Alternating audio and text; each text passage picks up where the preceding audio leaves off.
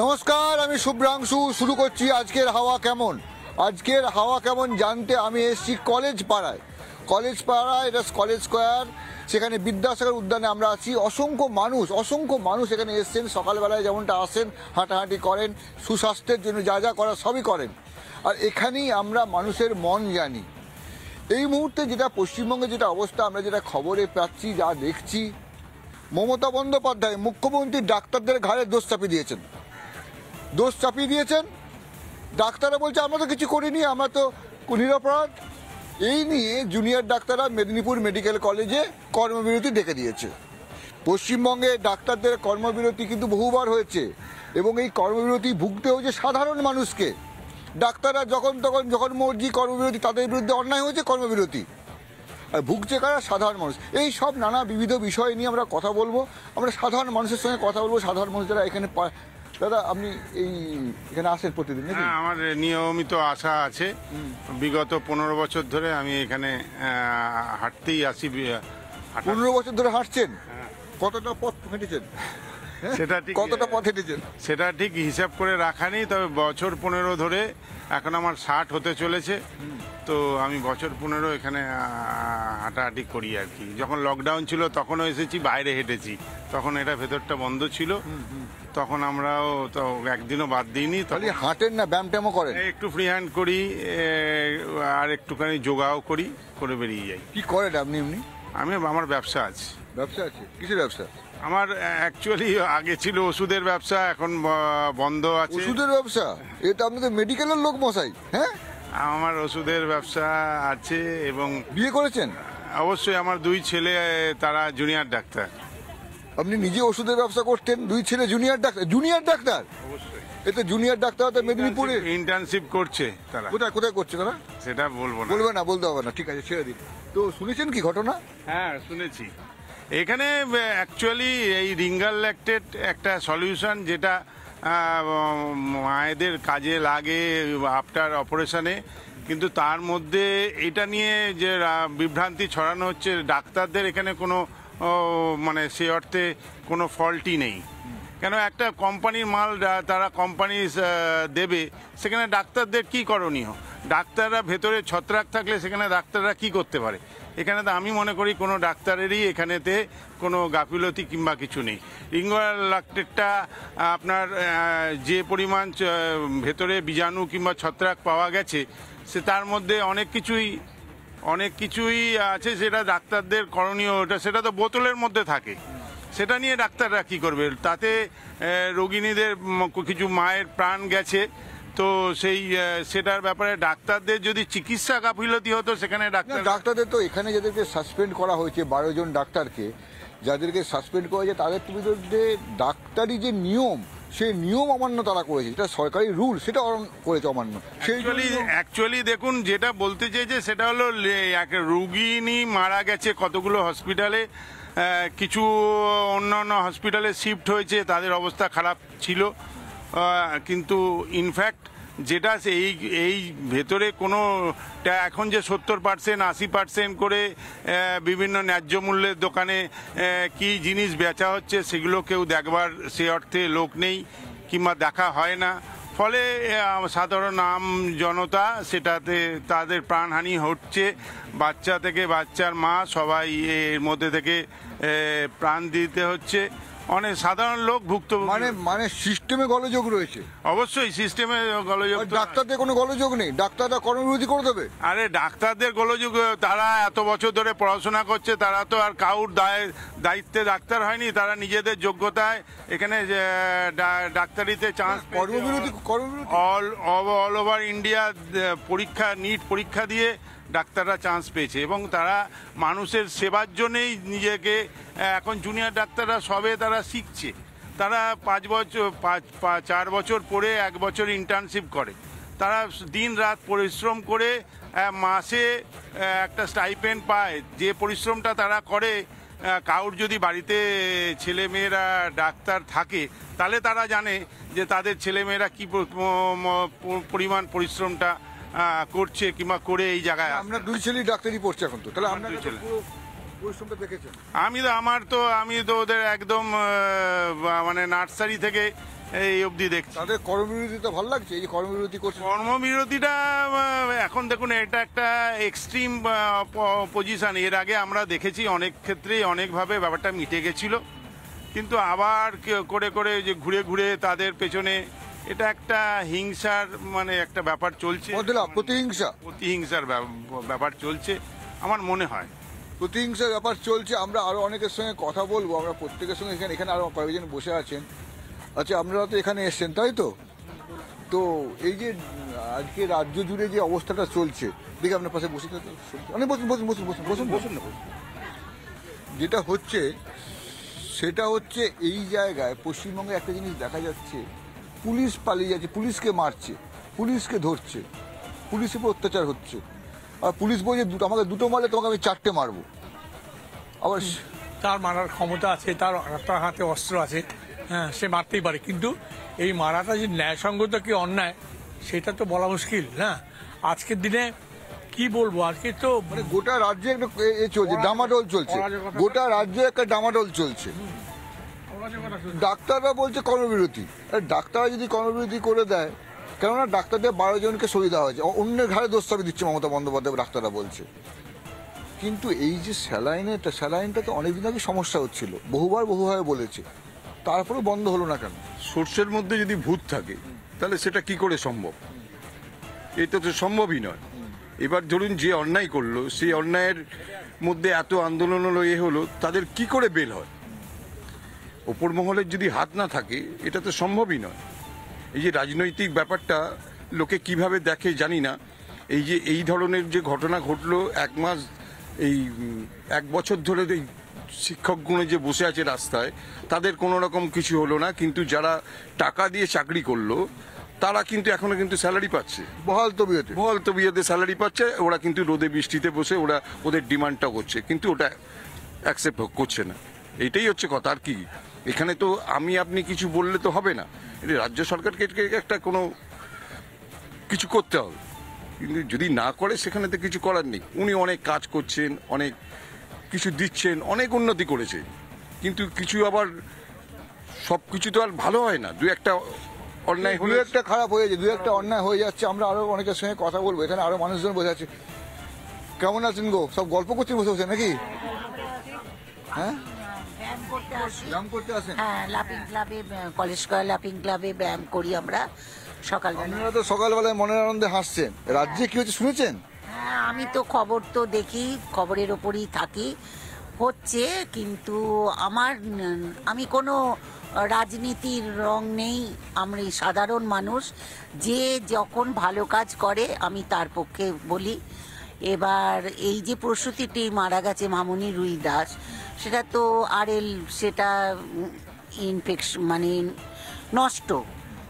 সে কেরালায় যখন হলো, কর্ণাটকে যেটা, হ্যাঁ, আমি ওই কেরালার কর্ণাটক গন্ডগোল করে ফেলি, হলো দিল ডিসেম্বরের কত তারিখ থেকে ব্যান করে দিল। তা সত্ত্বেও আমাদের এখানে দিয়েছিল, কিন্তু সেটা ঠিকভাবে করলো না প্রতিটা হসপিটালে, সরকারি হসপিটালে। ওই সময় কিন্তু আমাদের কলকাতাতেও, মেদিনীপুরে যেমনি মারা গেছে, ওই 3 জন, একজন মারা গেছে আর 2 জনা। ডাক্তাররা তো আজকে কর্মবিরতি করছে। আমার ডাক্তারদের কর্মবিরতির বিরুদ্ধে ডেট এগেন্স্ট, কারণ আমার আজকে একটা বাড়াবাড়ি হলে আমি তো যদি আমার প্রাইভেটে না ক্ষমতা থাকে, আমি তো মেডিকেলেই যাব, আমি তো এনআরএসে যাব। তা সেখানে ডাক্তাররা যদি কর্মবিরতি করে, সাধারণ মানুষ তো একেবারে বিনা ওষুধে মারা যাবে। ডাক্তারই আমাদের কাছে ভগবান। কিন্তু আমাদের মাননীয় মুখ্যমন্ত্রী নিশ্চয়ই কিছু পেয়েছেন, যে ডাক্তারদের নিয়ম হসপিটালে প্র্যাকটিস করা, তারা জুনিয়রদের দিয়ে ওটি করাচ্ছে, সিজার করাচ্ছেন, ওনারা চলে যাচ্ছেন বাইরে প্রাইভেটে প্র্যাকটিস করতে। এটার পক্ষে আমি নই, কারণ তারা তাদের নিজেদের মুনাফাটা করছেন। সাধারণ মানুষ কারা হসপিটালে যায়, স্বাস্থ্যসাথী কার্ডে কারা যায়, মোটামুটি ভালো যাদের অবস্থা তারা তো স্বাস্থ্যসাথী কার্ডে যাবে না। মুখ্যমন্ত্রী আমাদের সবার জন্য করেছেন, নির্বিশেষে করেছেন, যতটা পারার মানুষ করে যাচ্ছে। কিন্তু মুখ্যমন্ত্রী করেছে, এদিকে মুখ্যমন্ত্রীর পুলিশকে ধরে লোকে মারছে। মুখ্যমন্ত্রী তো কিছু কি করছে? মুখ্যমন্ত্রীর ভয়ে মুখ্যমন্ত্রী বলছে করছি করছি, কি করছে? পাবলিক তো বলছে ওর পুলিশ এসে অত্যাচার করছে, এবং পুলিশকে মেরে দিচ্ছে সাধারণ মানুষ। কেন মারছে? নিশ্চয়ই পুলিশকেও মারছে। মুখ্যমন্ত্রী তো কোনো দুষ্কৃতীদের বলছে না যে তুমি গিয়ে আমারই পুলিশদের মারো যারা দরকার। হ্যাঁ, দেখুন, এক বালতি দুধে যদি আপনি 1 ফোঁটা নালার জল ফেলে দেন, সেটা কি খাওয়ার যোগ্য থাকবে? যোগ্য থাকবে না। আমরা ডাক্তারদের ভগবান ভাবি, কিন্তু তাদের পিছনে লেগে লেগে লেগে লেগে তাদেরকে নষ্ট করে দিচ্ছে। হ্যাঁ, তাদেরকে পরিশ্রম বেশি করাচ্ছে, পয়সা লিমিটেড দিচ্ছে। হ্যাঁ, ওই পিছনে লেগে লেগে জিনিসটাকে নষ্ট করে দিচ্ছে। আর এই যে সেলাইন বিতর্ক হয়েছে, সেলাইনটার ডেট দেখা কি ডাক্তারের কর্তব্য? এটা পুরো ম্যানেজমেন্টের কর্তব্য। অনলি ডাক্তারের কর্তব্য এটা নয়, পুরো হসপিটাল ম্যানেজমেন্ট, যারা রেজিস্ট্রেশন দেখবেন, যারা ডেট দেখবেন, তাদের দায়িত্ব সেলাইনটা এখানে তো ডেটের ব্যাপারটা না, হ্যাঁ, ওখানে বলছে তো সেলাইনটা রক্ষণাবেক্ষণের দায়িত্ব কার? এটা কি ডাক্তারের দায়িত্ব? রক্ষণাবেক্ষণের কাজ। এই 12 জনকে যাদেরকে সাসপেন্ড করা হয়েছে, তারা তো বলছে অন্য একটা কারণ দেখানো হচ্ছে, মানে ঘুরিয়ে কিছু করা হচ্ছে নাকি? এটা ঘুরিয়ে, এটা ম্যানেজমেন্টের দায়িত্ব। অনলি বলছে না আমি ডাক্তারের নয়, কিন্তু অনলি ডাক্তারের দায়িত্ব না। আর জুনিয়র ডাক্তাররা প্রচন্ড পরিশ্রম করে। হ্যাঁ, জুনিয়র ডাক্তারদের ওপরেও ম্যানেজমেন্টের দায়িত্ব তাদের পরিচালনা করা। হ্যাঁ হ্যাঁ। আর সিনিয়র ডাক্তাররা কি করে? সিনিয়র ডাক্তাররা প্রাইভেটে কেন যায়? সিনিয়র ডাক্তাররা থাকলে তারা তাদের নার্স ওটিতে তখন তাদের করবে, তাদের সবকিছু কাঁচি ছুরি প্রত্যেকটা স্টেরিলাইজ আছে কিনা সেগুলো তাদের দেখা উচিত। উনি ডাক্তার বললেই হবে? তাহলে সিনিয়র জুনিয়র বলেছে কেন? আজকে সিনিয়র কথাটা হয়েছে কেন? সে হসপিটালগুলোতে নিয়ম করে দিয়েছে। আজকে গ্রামে কেউ প্র্যাকটিস করতে যাচ্ছে না। সব ডাক্তার যদি বড় বড় শহরে থাকে, তাহলে গ্রামের মানুষরা মানুষ নয়? তারা এই ছুটে এত কিলোমিটার ছুটে এসে করতে আসবে? মেডিকেলে জায়গা পাবে না, এখানে জায়গা পাবে না। সব কিছুর ভেতর খারাপ তো থাকবেই। বাড়িতে যদি 10টা 6টা মানুষ থাকে, তার মধ্যে কি 6 জন 10 জন ভালো থাকে? আরেকটা কথা, যে এই যে ডাক্তারি পরীক্ষায় ঘোটালা হচ্ছে, নাম্বার বাড়িয়ে দেওয়া হচ্ছে, এগুলো কি ডাক্তারের মানটাকে খারাপ করে দিচ্ছে না? হ্যাঁ, এটা ডাক্তারের মান খারাপ হচ্ছে বলেই আজ এই পরিস্থিতি। আজ একজন মরছে, 2 জন মরছে, কাল আরো মরবে। কেন? ডাক্তারের মানটাই খারাপ হয়ে যাচ্ছে। এই যে আমরা তো জানি না, আমরা তো মেডিকেল কলেজে পড়িনি। আমরা এখন শুনতে পাচ্ছি যে ডাক্তারের নাম্বার 51 পেয়েছে, সেটাকে 82 করে দেওয়া হচ্ছে। সেটা কেন করা হচ্ছে? সেই থেকেই তো শুরু হচ্ছে ঘোটালা। সেইটা বন্ধ হোক আগে, তারপর এইটা বন্ধ হবে। ডাক্তারদের নাকি লোভ খুব বেড়ে গেছে। লোভ তো পরের কথা। আগে আমি দেখবো জুনিয়র ডাক্তাররা যা পড়াশোনা করছেন তার মানটা কি। হ্যাঁ, করছে যাদের সিজার হওয়ার কথা নয়, তাদের বলে দিচ্ছে সিজার হবে। ওই সরকারি হসপিটালে কটা সিজার হচ্ছে? যত প্রাইভেট নার্সিং হোমে সব সিজার হচ্ছে। সিজার আরোই করা হচ্ছে। ম্যানেজমেন্ট জোর করছে ডাক্তারদের সিজার করতে। আমি নিজে দেখেছি, যার সিজার করার কথা না, নর্মাল ডেলিভারি করার কথা, তাদেরকে ম্যানেজমেন্ট চাপ দিচ্ছে, নাহলে আমার ক্লিনিকে পয়সা আসবে কোত্থেকে? আপনাকে সিজার করতে হবে। এই করে একজন ডাক্তার অনেক বছর আগে মারা গেছে, তাকে নর্মাল ডাক্তার বলা হতো বলে আখ্যা দেওয়া হতো। উনি বলতেন আমি নর্মাল ডেলিভারি করাবো, সিজার করাবো না। ম্যানেজমেন্টের জোরে তাকে সিজার। ডাক্তার কি ধোয়া তুলসী পাতা? হ্যাঁ, না, ডাক্তার ধোয়া, তার মনের মধ্যেও লোভ আছে, তার মনের মধ্যেও পয়সার লোভ আছে, থাকতে পারে লোভ।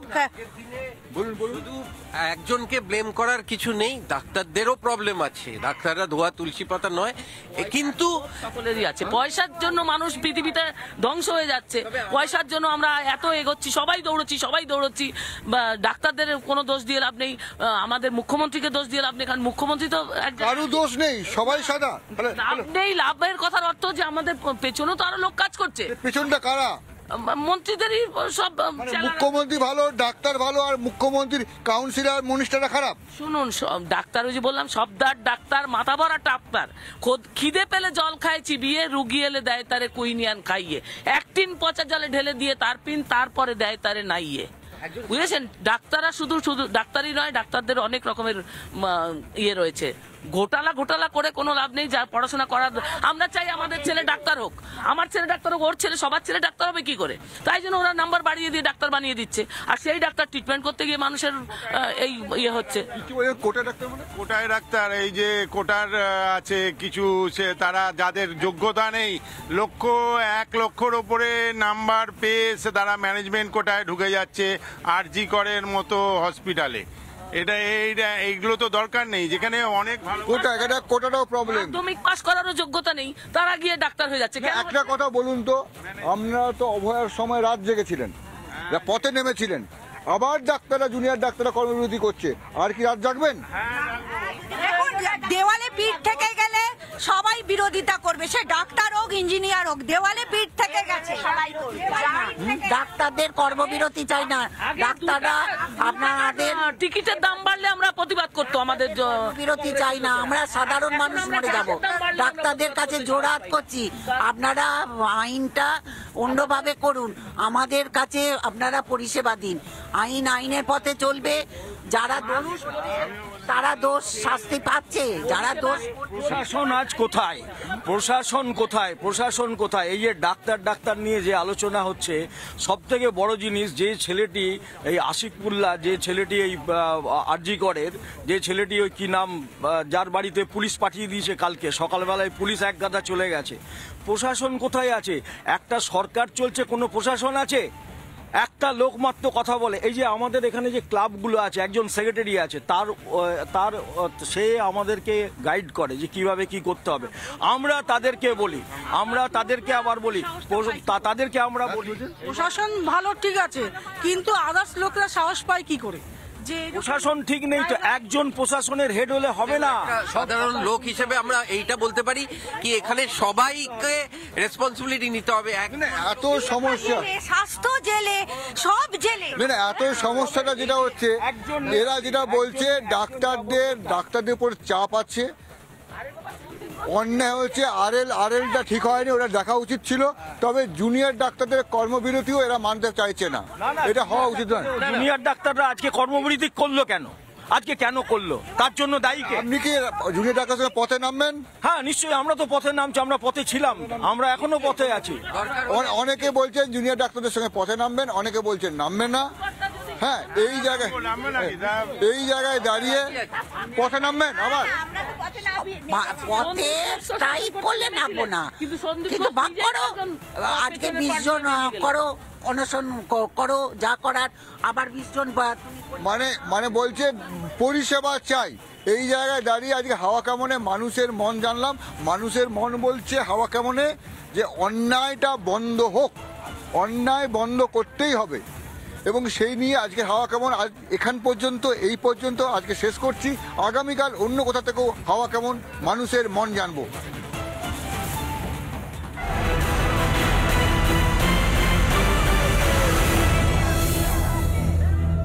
নানা ধরনের কন্টেন্ট দেখার জন্য লাইক করুন, শেয়ার করুন আমাদের ফেসবুক পেজ, সাবস্ক্রাইব করুন আমাদের ইউটিউব চ্যানেল। পাশাপাশি অন্যান্য ব্রেকিং নিউজের জন্য অবশ্যই চোখ রাখুন রিপাবলিক বাংলায়।